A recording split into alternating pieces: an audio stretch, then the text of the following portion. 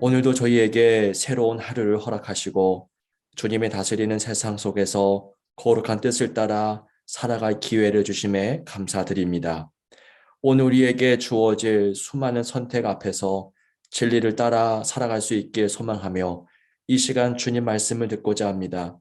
기록된 말씀이 우리 영혼에 선포되고 또한 새겨지도록 인도하옵소서. 새벽에 일어나 함께 기도하며 말씀 앞에 서는 모든 교우들에게 귀한 말씀을 따라 살아가는 은총을 허락하옵소서. 주 예수 그리스도의 이름으로 간절히 기도하옵나이다.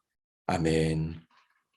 오늘 우리에게 주시는 하나님의 말씀은 사사기 11장 29절에서 40절까지 말씀입니다. 오늘도 살아계신 하나님의 말씀의 능력이 우리 삶을 통치할 줄로 믿습니다. 찬양했듯이 그 달고 오묘한 말씀이 우리의 삶의 기준이 되고 근거가 되기를 소망합니다.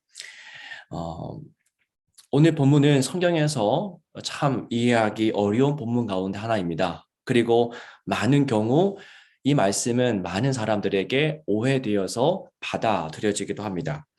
자, 입다가 자신의 딸을 제물로 바칩니다. 사람을 제물로 바치고 있다라는 겁니다. 이 장면이 너무 비참하고 너무나 무모하게 느껴져서 본문을 보는 이들로 하여금 눈살을 찌푸리게 만듭니다. 자, 어떻게 이런 일이 벌어진 것입니까? 자, 입다는 암몬 자손과의 싸울 준비를 하고 있었죠. 자, 아무리 큰 용사라 할지라도 모든 전쟁에서 승리가 보장된 것은 아닙니다. 그는 전쟁을 앞두고 두려워했을 것입니다. 그리고 자기 민족과 자신의 명예를 위해서 반드시 이 전쟁에서 승리를 거두고 싶었을 것입니다. 두 가지 마음이죠. 두려움과 그리고 욕망입니다. 이것들이 입다의 마음을 가득 채웠을 때 입다가 했던 일이 무엇입니까? 하나님 앞에 서원합니다. 자, 31절의 말씀을 보십시오. 내가 암몬 자손에게서 평안히 돌아올 때에 누구든지 내 집 문에서 나와서 나를 영접하는 그는 여호와께 돌릴 것이니 내가 그를 번제물로 드리겠나이다 하니라. 자, 어떤 소원입니까? 집 문에서 나와서 자신을 영접하는 그 존재를 바로 번제로 드리겠다라고 하는 소원입니다. 자, 입다는 무엇을 상상하면서 이 소원을 드렸던 것일까요? 내가 전쟁에서 이기고 돌아올 때에 집안에 있는 짐승이 나오겠지라고 상상했을까요? 그런데 여러분, 짐승이라 할 수 없는 것은 당시의 동물은 집에서 키우는 법이 없었기 때문입니다.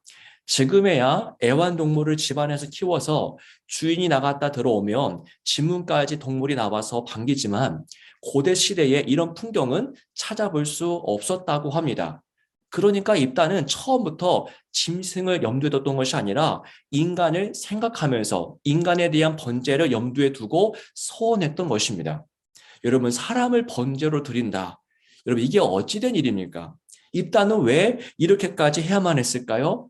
앞서 말씀을 드렸지만 그 속 안에 들어있던 두 감정, 두려움과 욕망 때문이 아닐까 생각합니다. 두려움과 욕망이 강해지면 사람은 그렇게 행동합니다. 그는 반드시 전쟁에서 이기고 싶었고, 그리고 이 하나님의 마음을 매수하기 위해서, 하나님의 마음을 조종하기 위해서 인간 재물을 아주 강력한 것을 제한하는 것입니다. 말이 좋아 서원이지 이건 하나님의 마음을 사겠다라고 하는 그런 행위인 것입니다.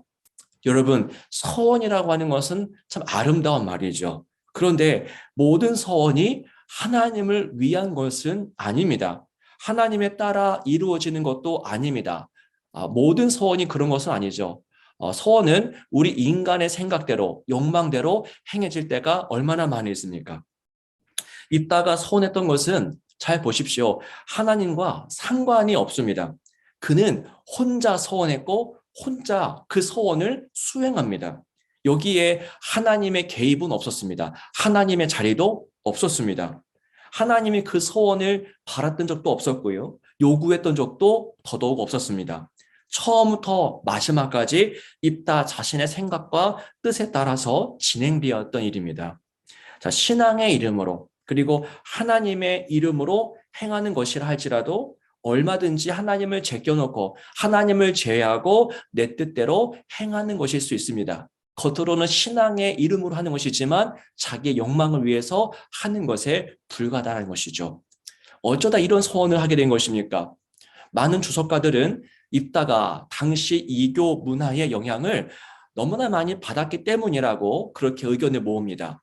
입다는 큰 용사였고 어제 본문에서 살펴보았듯이 역사적으로 신학적으로 상식적으로 당당하게 하나님에 대해서 논증할 수 있었던 자였던 것은 사실이지만 당시에 이방 종교 문화에 자신도 모르게 젖어들었고 자기도 모르게 사로잡혔던 것입니다. 여러분, 세상 문화가 이처럼 음흉하고 또 강력합니다.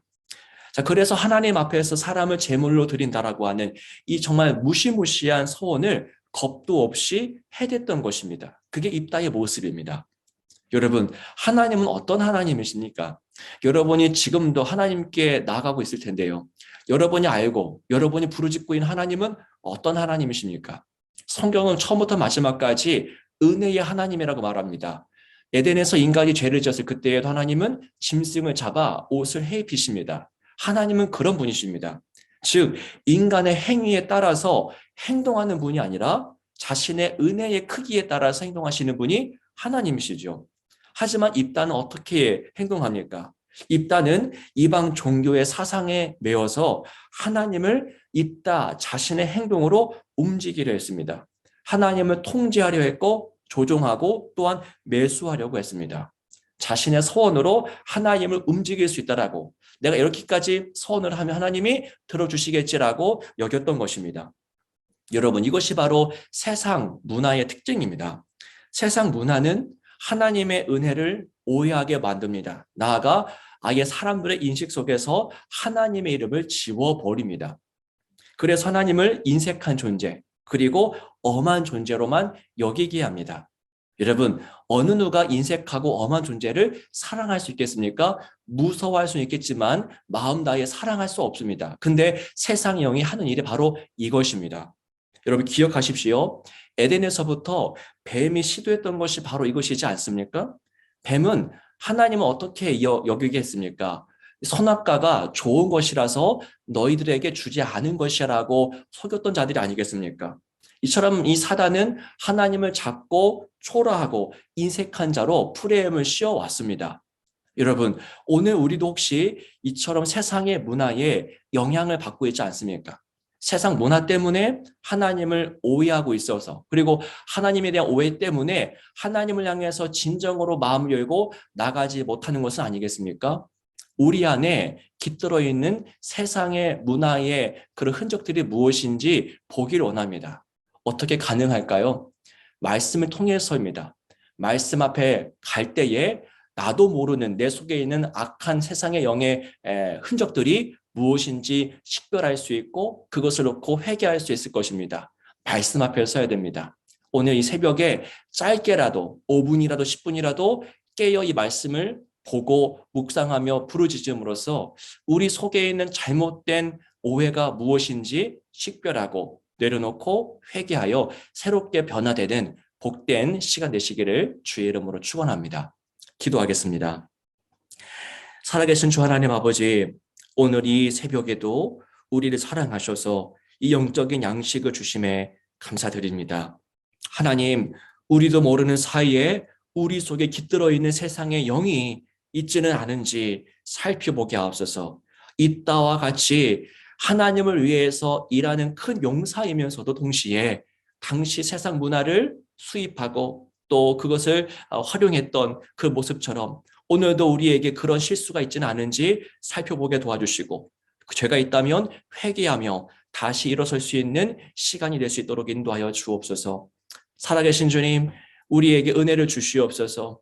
수많은 사람들이 아버지 몸의 연약함을 놓고서, 마음의 연약함을 놓고서, 또 진로를 놓고서 간구하고 부르짖고 있습니다. 각 가정 가운데 이 시간 기도하여 깨어 기도하는 모든 성도들 가운데 함께 하셔서 그들의 삶 가운데 하나님의 뜻을 이루어 주시옵소서. 감사드리며 주 예수 그리스도의 이름으로 간절히 기도하옵나이다. 아멘.